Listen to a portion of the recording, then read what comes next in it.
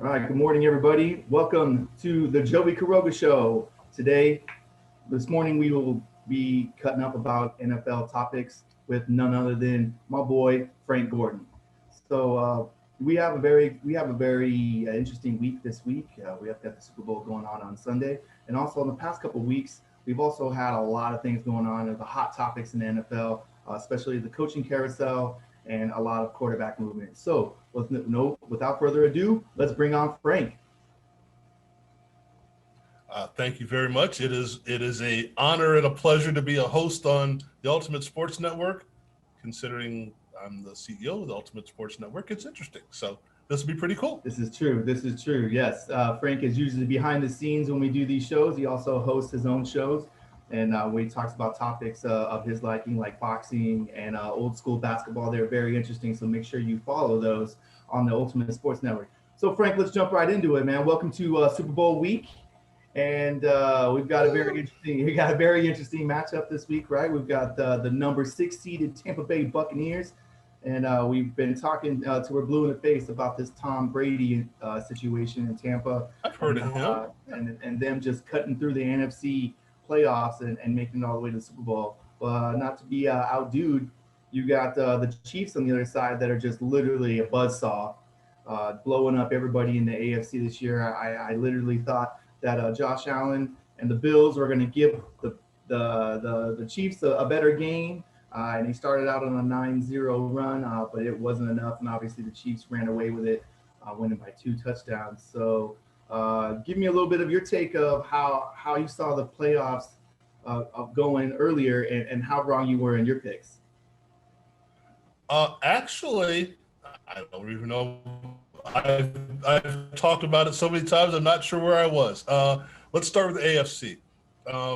I kind of thought that the Bills would keep it a little closer because they had enough offensive capability, and you never know how that's going to go against the Chiefs. But with the Chiefs, they can be down 2-3 scores, and it's tied, and they're ahead in about 5 minutes. So, it's one of those things where we can talk about them till we're blue in the face, and I don't think we're going to get quite a solid context of what they can do. We may be seeing something that we've never seen before. I don't know, offensively. And the defense is just solid enough to make things work. On the Buccaneers side, I tell you what, here's how I picked it. It's kind of the way I looked at them the entire season.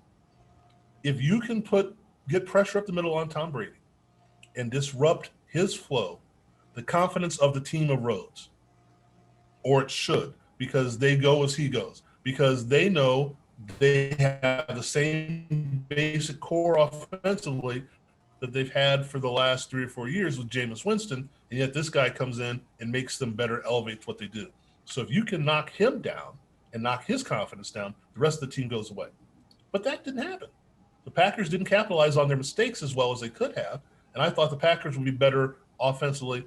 It's funny, we're talking about playoff football, and rarely are we talking about an actual dominant defense. We're talking about offenses most of the time, and offenses that probably can't be stopped no matter how well you dial up the defense. And I thought that Green Bay had a better shot because of Aaron Rodgers, and that didn't happen. So I picked Green Bay over Tampa Bay. So, yes, that pick bottomed out.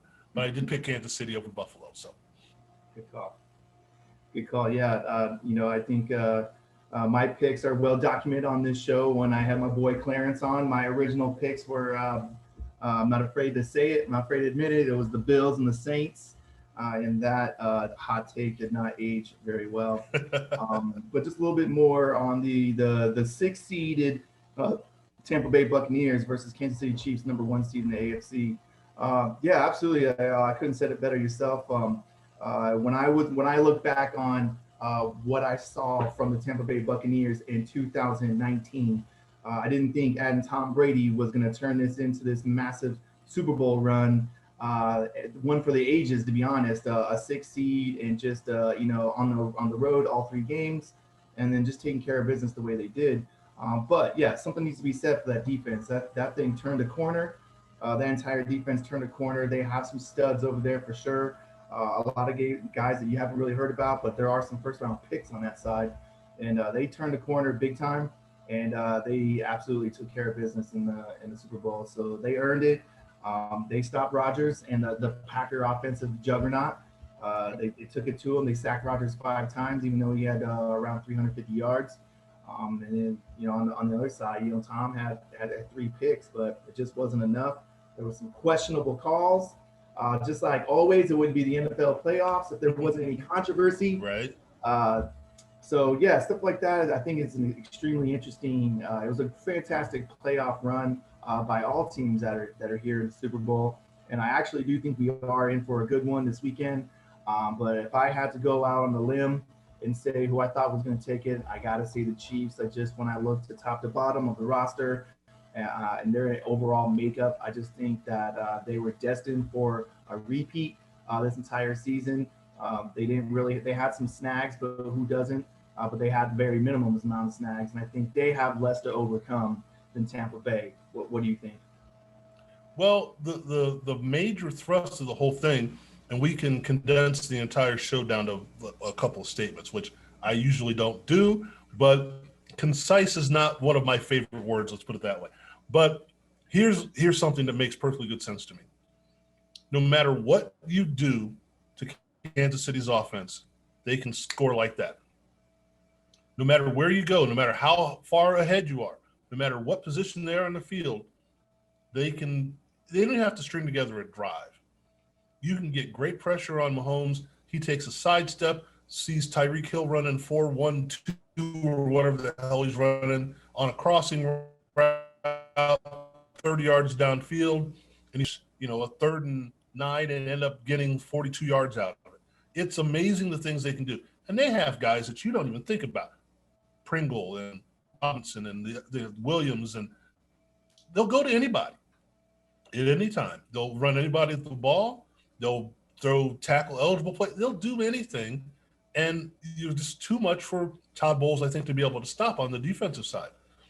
And you can have a great game from Ndamukong Suh, from Jason Pierre-Paul, from whomever.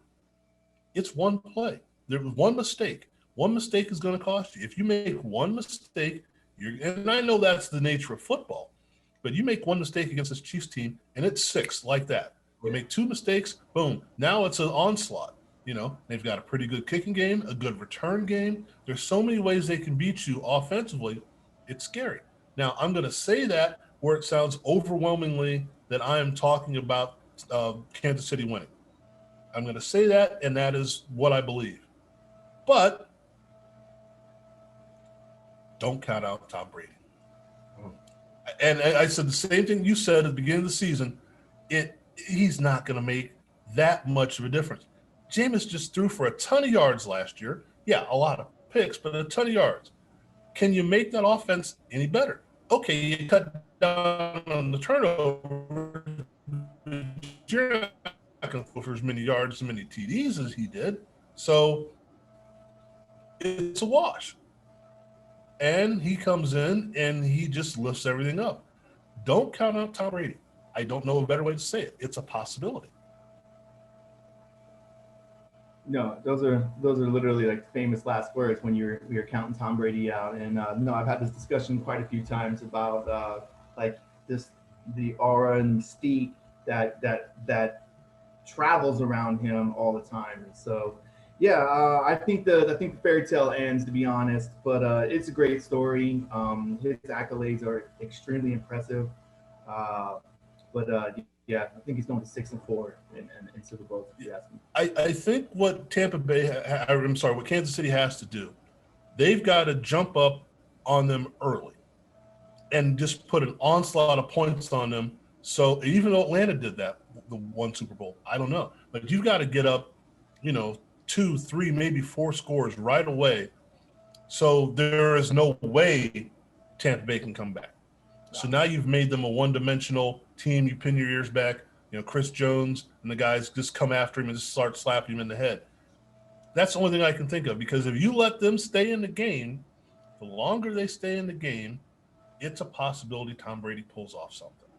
So if Kansas City, which is not their want, if they can get ahead early and get ahead hard, and maybe they squash all that momentum before it even gets off the ground. But again, Atlanta did that a few years ago, and they came back and won that. I stopped watching that Super Bowl with Atlanta at halftime. Yeah. So there's no way. Atlanta's just rolling all over them. And then, a few hours later, I'm like, okay, so what was the final? New England won? How the hell did that happen? So, I don't know. No, for sure. It's going to be very interesting, and I'm looking very much forward to it on Sunday. So we just talked about two teams that have no problems with their coaches. Moving on to discuss the NFL coaching carousel this offseason. So there was 7 job openings, right, this year.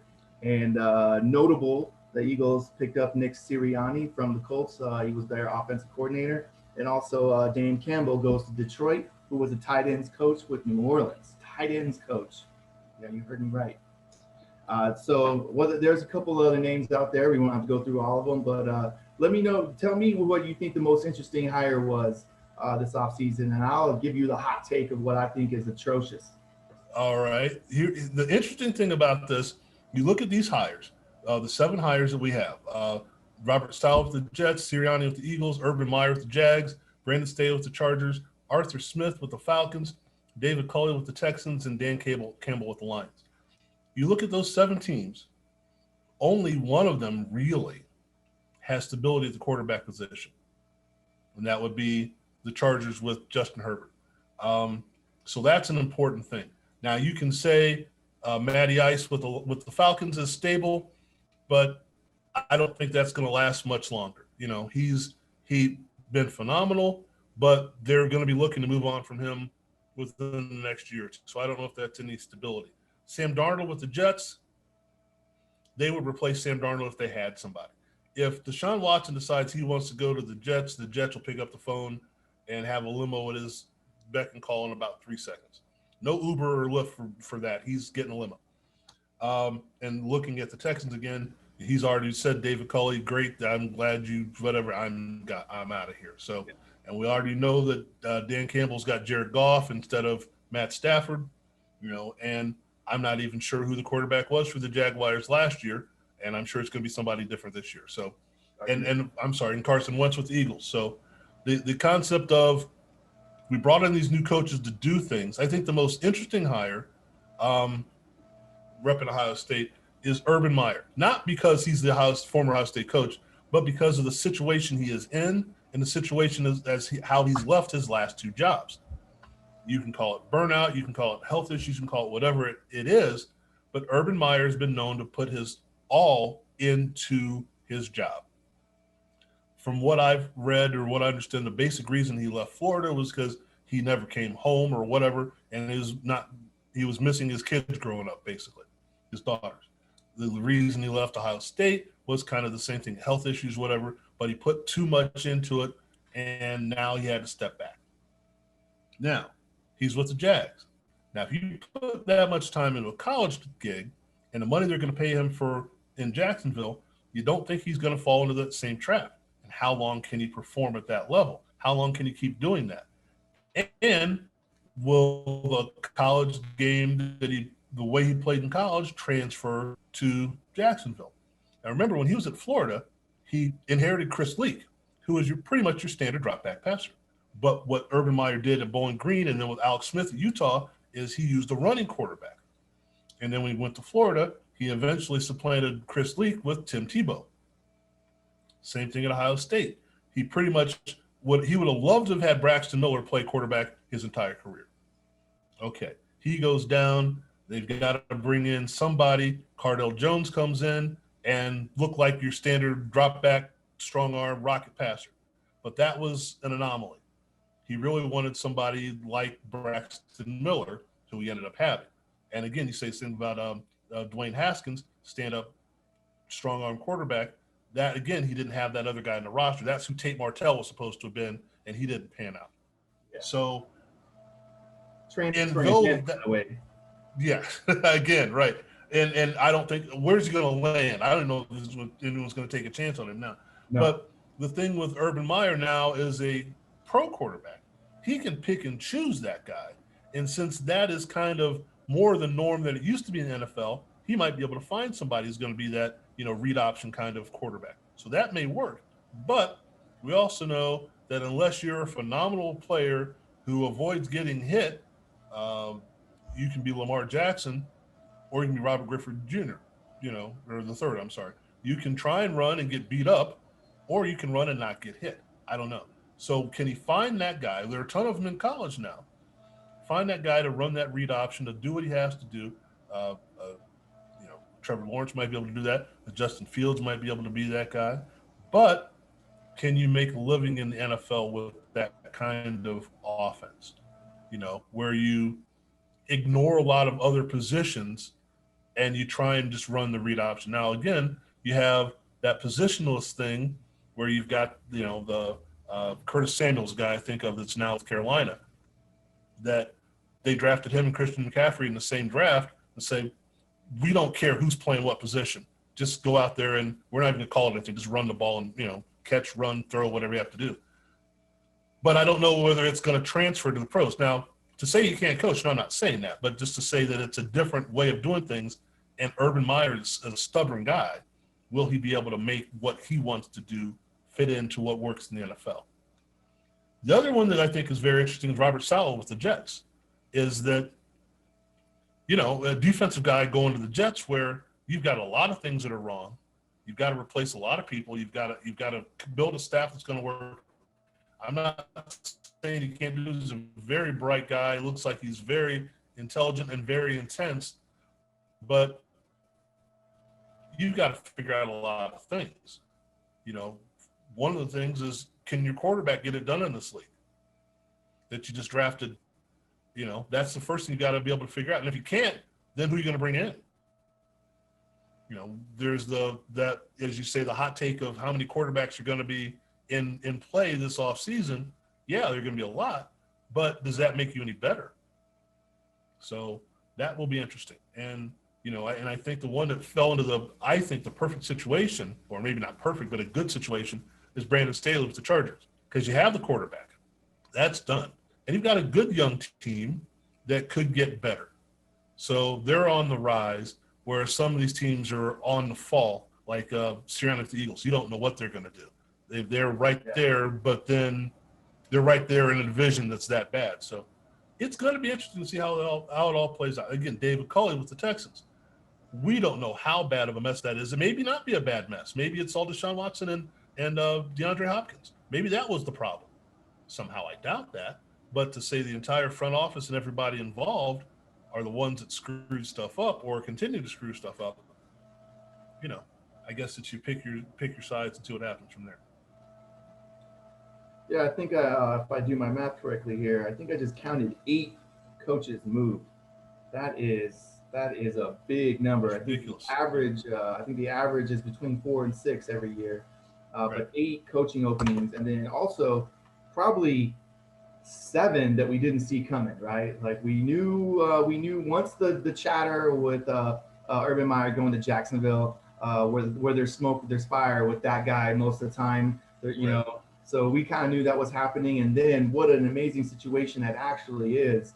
If you peel that onion all the way back, that's actually a very, very good situation. If you ask me, if you were an egotistical coach like Urban Meyer is, as in like, I could be the face of the turnaround. I got the number 1 overall pick. I got all this draft. I got this draft equity. I got all this cap space. Even when the cap is coming down, I have this massive, massive opportunity to really, he could turn that thing around with actually a limited movement, just because I think the opportunity is there. Like they're going to have the number 1 overall pick, whatever they do with it, they do with it. But obviously we know what their needs are and we know who the best player is. But also just he's got some picks as well from all these trades from getting rid of all those veterans from a couple years ago. So, he's got a nice cupboard full of options is what I'm saying is the best situation. So I'll go with, I actually think Jacksonville made the right call, to be honest. There really wasn't anybody out there that was absolutely deserving of a coaching situation except for my boy Eric Bieniemy, right? So 8 openings come and go, and there's and Coach EB was in a room for probably at least 6 of those, and he didn't get picked up. I think this is absolutely horrendous. I think that 8 teams are going to be extremely disappointed that they didn't grab him.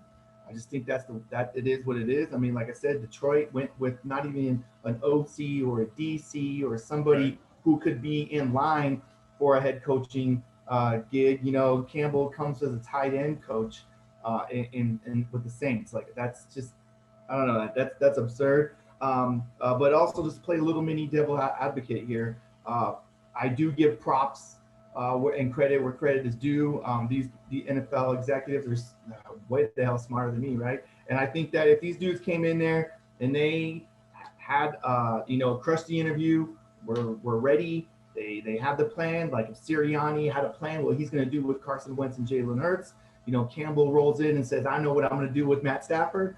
Now Jared Goff, but and then with Culley in Houston, he's probably like, "Hey, I've got a plan to do X, Y, Z to better our the optics of our messy situation down here," and so on and so on and so on. And so, yeah, these are very interesting hires. Definitely 7 to 8 wow moments from the last couple of weeks. But you know what? I'm going to give benefit of the doubt that these teams, quote unquote, got their guy, and where that it is what it is, and we're just going to move on. And Eric Bieniemy is going to stay in an amazing situation already in Kansas City. I'm sure he's not that upset about it. But I'll just finish it with, if anybody deserves a gig, right? Robert Saleh did a good job, and he made up a resume, and he whether the Jets were a good situation for him or not, he deserves a head coaching gig. He does. He's done his time, and he's done what he needed to do, and he's earned a respect from his other coaches. I think Eric Bieniemy's done the same, and his resume is even better. But he didn't get the gig. I guess we're going to have to just move on without him being a head coach. But I think it's atrocious, and I do think the NFL needs to take a little look-see into that Rooney Rule and how it's being used and enforced. You got any take on that? Well, I've got three things. Having been a coach and being not at that level, obviously, and being interviewed for a position. And a couple of times I didn't get the job. And as I was in the middle of the interview, I realized they were asking me questions that had nothing to do with coaching. And like, do you want to know what I know about the game, how I'm going to construct a program, a feeder system, all these things that are important? Like, no, if you don't get along with a booster or a parent, I'm like, whoa, wait a second. That has nothing to do with this. That's an interpersonal skill that, yeah, that can be worked out. But that, to me, has nothing to do with what's going on here. So part of the problem is the GMs and the owners already have their idea of who fits into that position before they have the interview. So they already know what they want, and they're not really listening to the answers. Now, again, I don't know that for a fact. I just know the position I was in, they already knew who they wanted. And when I'd answer a question, they go, "Oh, well, that's interesting. Yeah, I agree with that." But they didn't get the answer they wanted. And they said, "Well, you had answers for all our questions." Of course I did. That's why you interviewed me, because I know what I'm doing. Yeah. I think with one thing, the second part of this is how much of the offense and the play calling is Eric Bieniemy and how much is Andy Reid. Whether they know that or don't know that, that's part of it. You're coaching under Andy Reid, and we know Andy Reid is a hands-on kind of guy. How much of this are you really doing, and and you don't know that unless you know that. And if you ask that question, what's he going to do? Say, Andy Reid doesn't do squat, I do everything? Yeah. No, he's not going to say that. He's going to say, well, I've learned you want to come off at. I learned a lot from Andy, and we've worked hand in hand and all that. And some of it is mine, some of it is his. Here's how we do things. Instead of just coming out and going, Robert Saleh, we know that he runs the defense. We know that's what he does. That's who does it. And we know that's a situation. So that's part of that situation. The other part of it is, and I don't know this for a fact, Andy Reid's not a young man.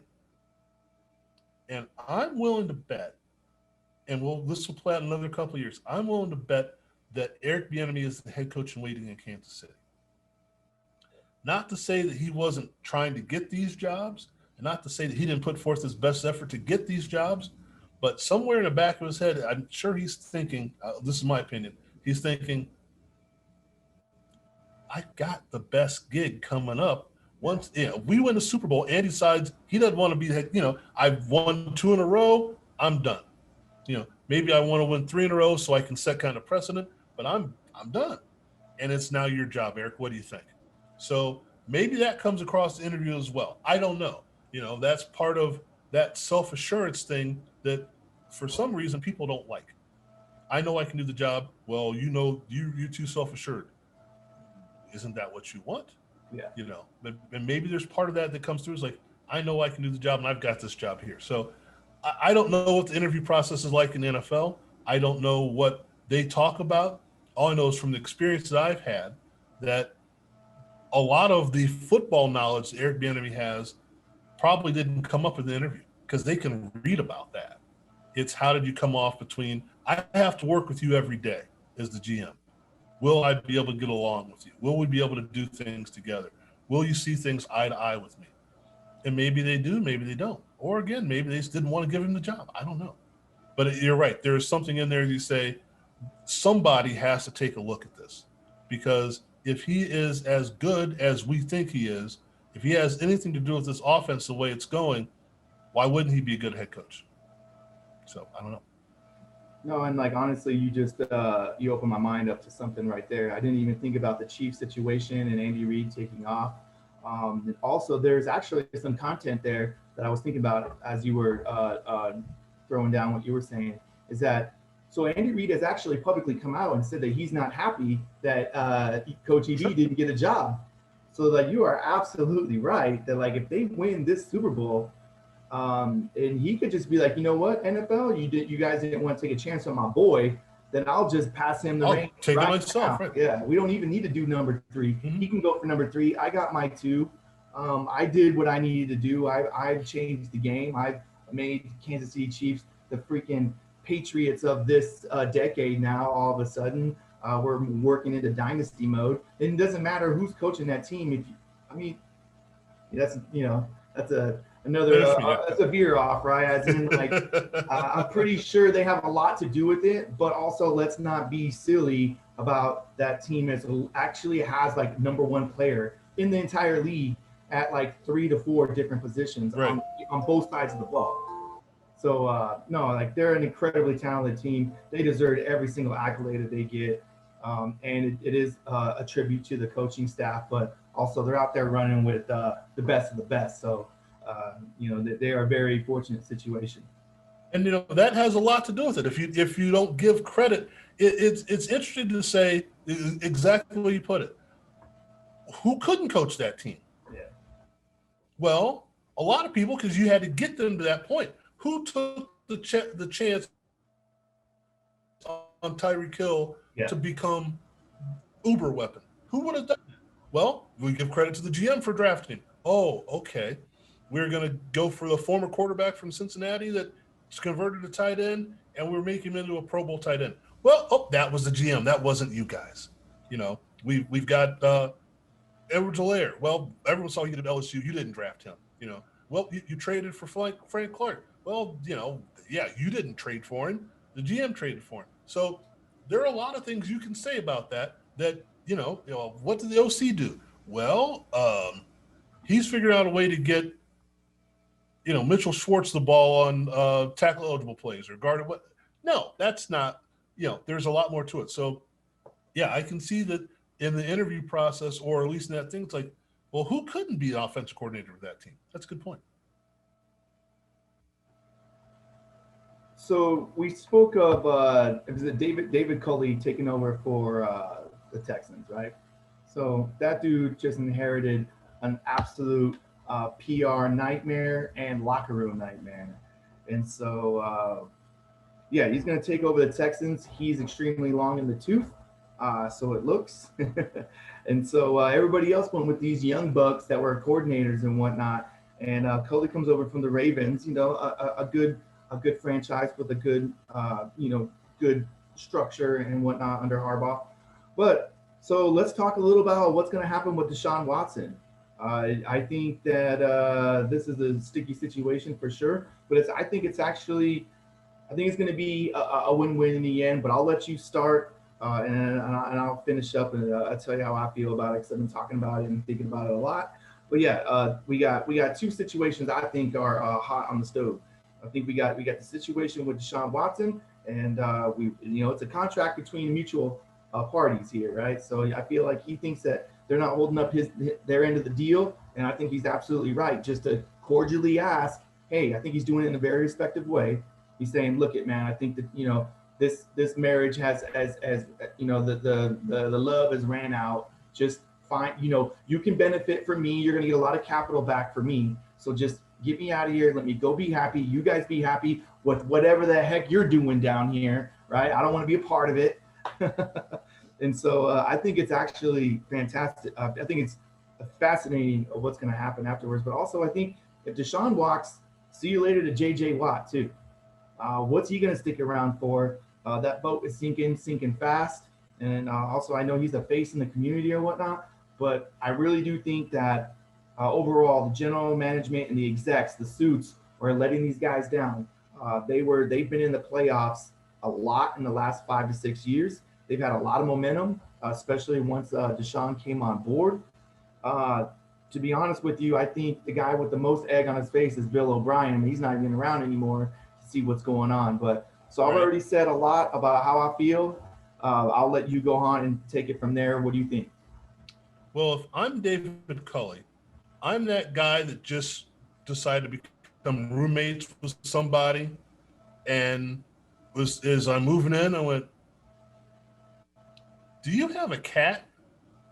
Yeah, I got 5 cats. Oh, okay. Well, that's that smell. Okay. How do I get rid of the smell? That's what he's going to have to figure out right away. The smell is there. The stench is there. How does he exterminate the stench?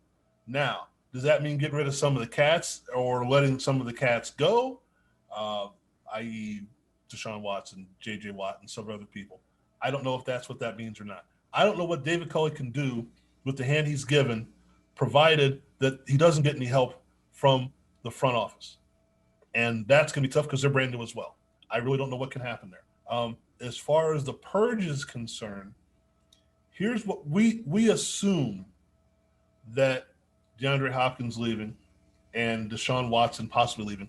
We assume, and the Bill O'Brien mess is based on ownership, front office, the whole 9 yards. And if we assume that, we're probably right. But here's what we're going to find out. How many people are lined up to get Deshaun Watson? And how many people are saying, he's the problem, we don't want him on our team?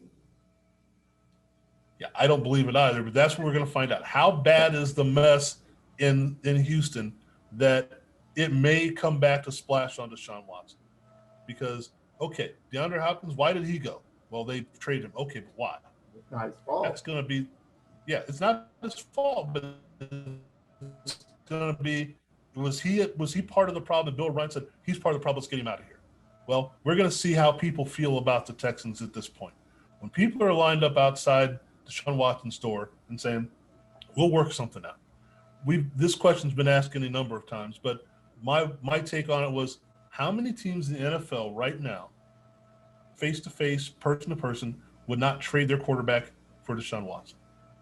Detroit probably not because they just got their guy. Yeah. Okay. The Rams probably not because they just got their guy. Yeah. I mean, it just happened. It'd be very hard to get rid of Jared Goff again in the next week. The Chargers probably are not going to move off of Justin Herbert at this point.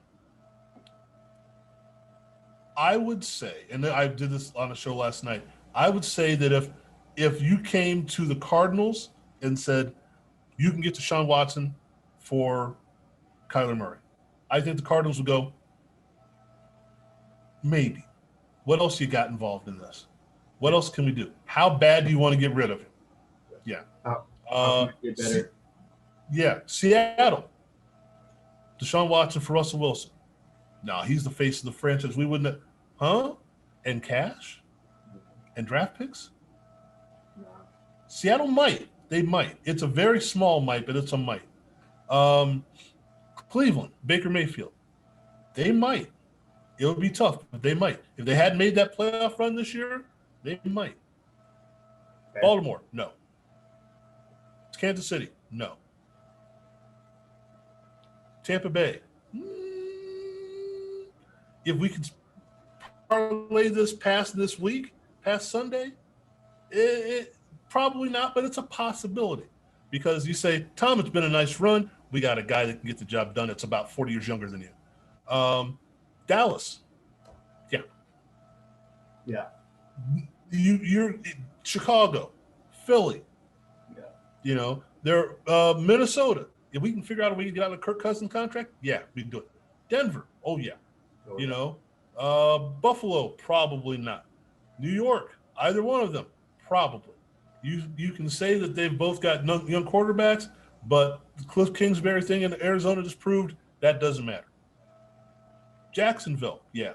Carolina, for the Teddy number Bridgewater, one. For the number one. For the number one, yeah, yeah, oh yeah. Not a horrible idea. If you're Jacksonville, if you're Urban Meyer, you're sitting there going, I have the potential of Lawrence, or I have the proven ability of Deshaun Watson. What are you going to do? Also just it's at least worth a thought. You could just swap number ones. You could go right. I mean, they could just come down. I think Houston's in the top 10, I believe. I don't have it in front of me, but right. I mean, they didn't have they didn't have a great year, so they're top 10, top 15. So from one, maybe even the number one overall pick comes with a lot of prestige. So Watson moves, and then Houston has number one overall pick, and then they can start their entire just purge. Yeah, you called it right. Purge. Yeah. And finish it all up, and then Jacksonville still doesn't lose the number one, so that Urban Meyer can still build his new empire down there. So it's not bad. But what I think Houston is doing, it's a smart saying, we don't want to move him to up the price. And in another couple of weeks, we're going to see what that price really is. Someone's going to make an offer, and it's going to get leaked, and you're going to go, wow. And Houston's going to say, anybody else? Anybody else? Yeah. Going once? Going twice? Not for sure. So Houston will move him at some point.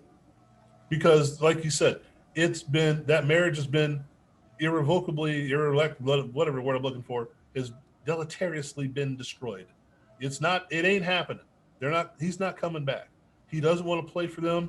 They can't sweet talk him into it. You got rid of his biggest weapon.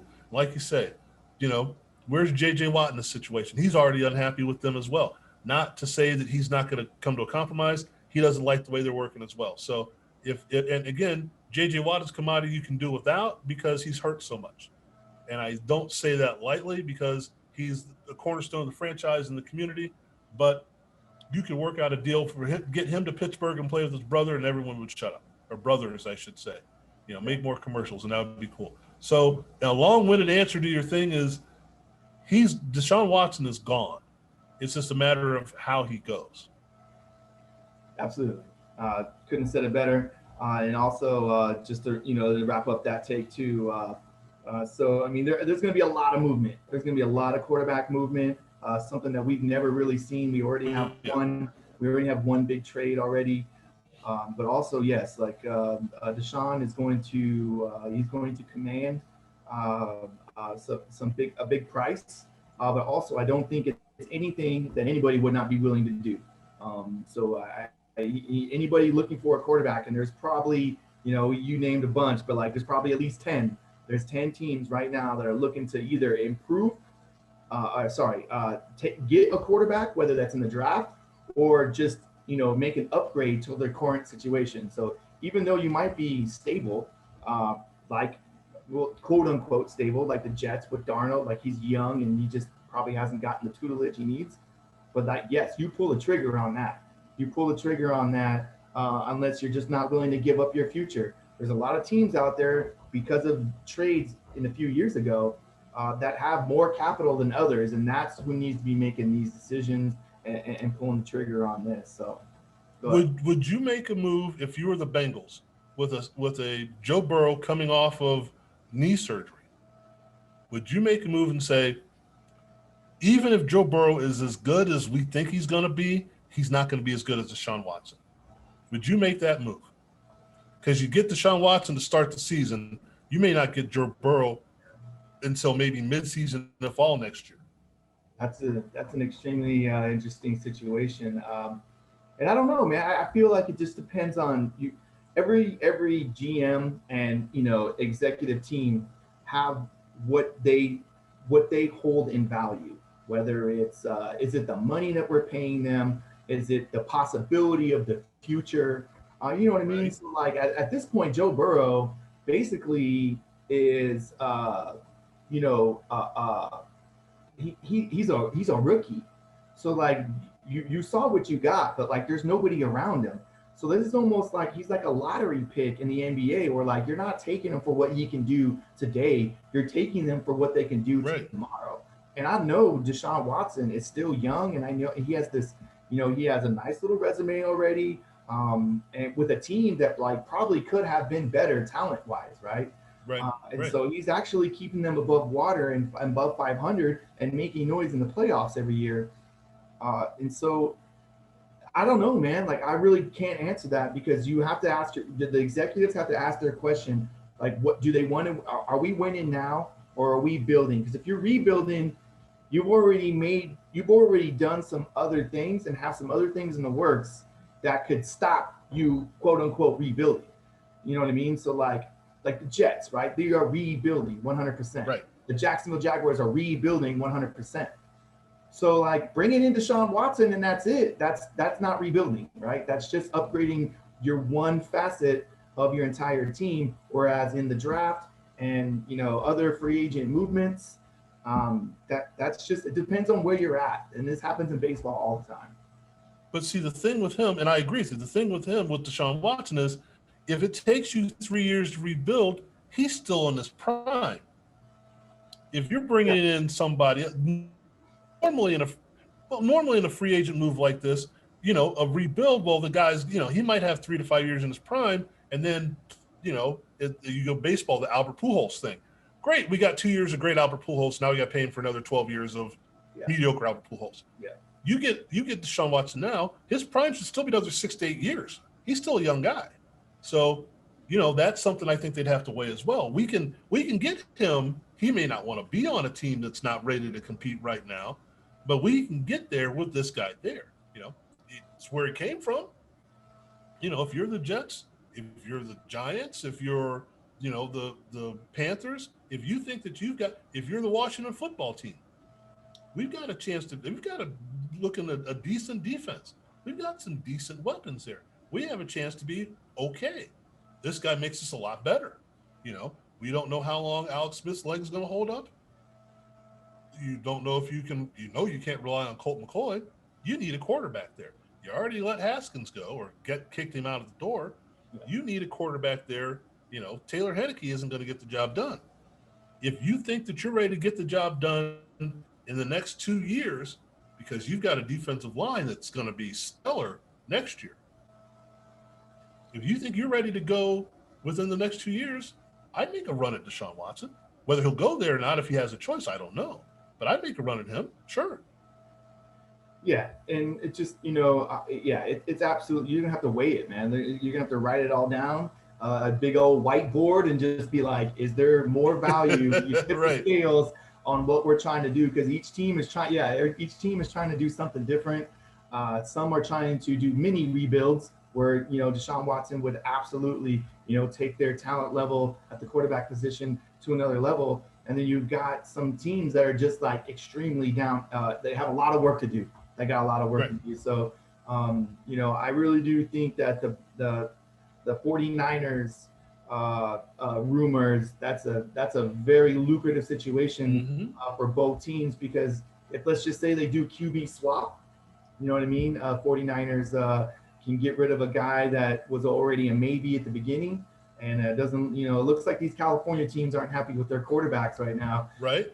except for, the Chargers. But yeah, we're going to move on from Jimmy G. He can go to Houston and be the face of that turnaround if he wants, if he's not happy there either. And then, Kyle Shanahan gets his guy, and that team will be extremely dangerous with all those defensive players that were hurt the entire year, and George Kittle coming back. They'd be Right. probably a favorite in the NFC next year.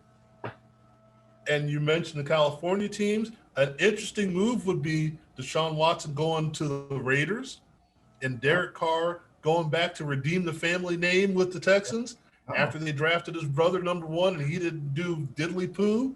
yeah. I think that would be Derek Carr's like, I'll go back and save you, Dave. That's a possibility. Look, Derek Carr is is an underrated quarterback. He does a lot of stuff for the Raiders. He does make some mistakes, but he does a lot of stuff that kept him in a lot of ball games, and he's a clutch player. But again, if you're going to compare apples to oranges or apples to apples, Deshaun Watson is going to be above Derek Carr. So if I'm the Texans, I don't think that's a bad deal. Getting rid of somebody that doesn't want to be here. I don't know if Derek Carr has listened to his brother and says, "Do whatever you do, don't play for the Texans," which he might. I don't know, but that's an interesting take. I mean, he grew up watching his brother play. He's probably got a couple of Texans jerseys lying around in a box someplace. Maybe he wants to be a member of the Texans. You never know. Yeah, and the bottom line for the Texans is like, it just didn't work out. Like I said, this happens all the time in other sports, and obviously we have the Harden situation in Houston. Like, as long as you just get something back and you mutually part ways, right? It doesn't have to be this big bang out, drag out, ugly divorce. And I'm sure that Deshaun Watson brought every single fact that he's not happy with that makes sense up to them. Like, hey man, you guys told me when I signed this contract that we were going to do this, we were going to do that, and we were going to get better, and we're not. We're going backwards, and you're firing my coach, whether I liked him or not. You're getting rid of, you gave away D-Hop. You know what I mean? Like, the writing is on the wall, and when you're in a contract, that is a mutual agreement. One person signs saying that you will do this for me, and the other person signs that like you will do this for me.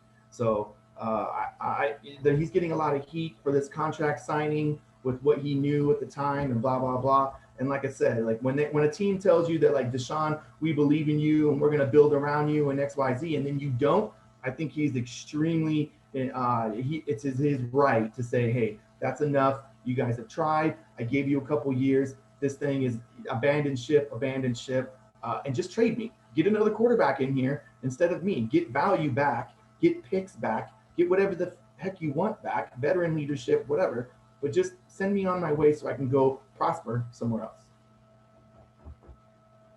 And not to belabor the point, but also understand that this is more of a media thing than it is a team thing, but whenever you put out a press release or any media, whose face is on it?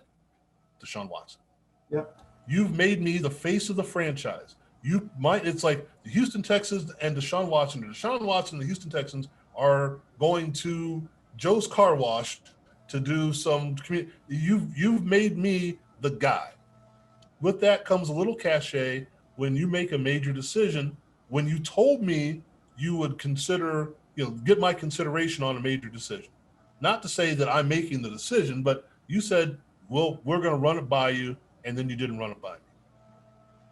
Yeah. Not to say that I would have agreed or disagreed, but don't tell me something and then don't do it. No, and I think that's the major thing. You can't operate any business that way. You can't operate any interpersonal relationship that way. Yeah. If you say you're going to do something, whether you can back it up or not doesn't matter.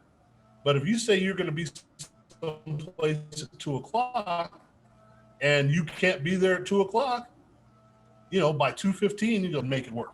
I'll live with that. But if I go 3 weeks without hearing from you, go, oh yeah, can we reschedule? I'm like, no, that doesn't work. So if you're going to tell me you have a portion of this at stake because we put you, like you said, we're in concert here. And then you just go, yeah, we'll hire the guy. We won't tell you about it. Not a good look. Yeah, it's going to be super interesting to see where Deshaun Watson lands, and it'll be more content for us to talk about. So, Frank, what a great show we had this morning when we talked about the Super Bowl right here in Super Bowl week. It's going to be a great game. And we talked a little bit about some of the coaching openings and the changing of the guard at some of these teams. And then we wrapped it up with Deshaun Watson and that extremely interesting case that we got going down in Houston. So that's going to do it for us today. Enjoy the Super Bowl. Enjoy the quarterback sweepstakes. And we will see you next week. Thanks for joining. Thank you for having me on my network.